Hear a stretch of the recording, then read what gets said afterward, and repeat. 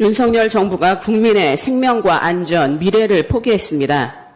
지난 4일간 진행된 한미일 정상회담을 비롯해 수차례 후쿠시마 원전 오염수 해양 투기를 반대할 입장을 표명할 기회가 있었음에도 불구하고 이런 반구도 하지 않은 결과입니다. 일본 정부가 추진하고 한국 정부가 묵인함으로써 방류되는 후쿠시마 오염수는 수십 년간 해양 생태계에 예측 불가능한 위험을 일으키게 될 것입니다. 후쿠시마 오염수 투기는 전 인류와 미래 세대가 함께 누려야 할 바다에 대한 테러 행위입니다. 윤석열 정부는 지금이라도 투기 계획을 중단하라고 일본 정부에 요구하십시오. 일본 정부에게 말합니다. 일본의 후쿠시마 오염수 투기는 끝이 아니라 새로운 시작일 뿐입니다. 민주당은 해양 투기를 막기 위해 끝까지 최선을 다하겠습니다.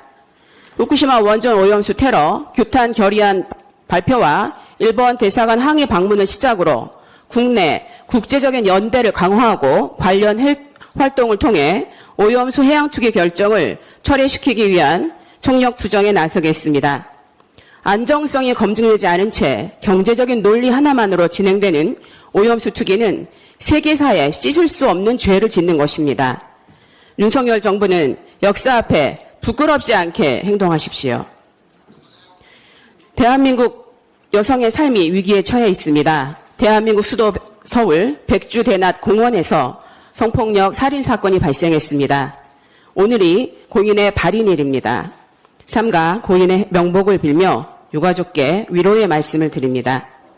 현직 해경이 연인의 목을 졸라 살해하고 애인을 납치, 감금, 폭행, 성폭행하는 사건이 있었습니다.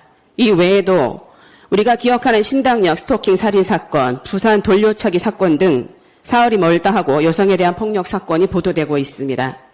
한국여성의 전화 자료에 따르면 2022년 한 해에만 사망 86명을 포함해 최소 372명의 여성이 아는 사람에게 피해를 입었습니다. 하루에 1명 이상의 여성이 죽거나 다친 셈이지만 정부는 여성 대상 범죄에 대한 구체적인 통계조차 없습니다. 중앙정부에 통계가 없으니 실질적인 여성폭력 방지 대책이 존재할 리 만무합니다. 시내에 장갑차를 동원하는 보여주기식 태도를 윤석열 정부는 지양해야 합니다.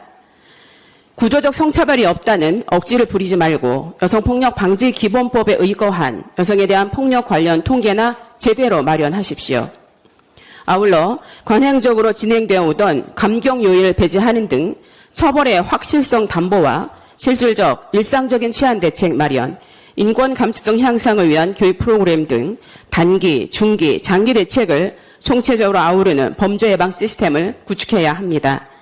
민주당은 그간 여성 대상 범죄 방지를 위한 관련 법안의 재개정을 꾸준히 추진해 왔습니다.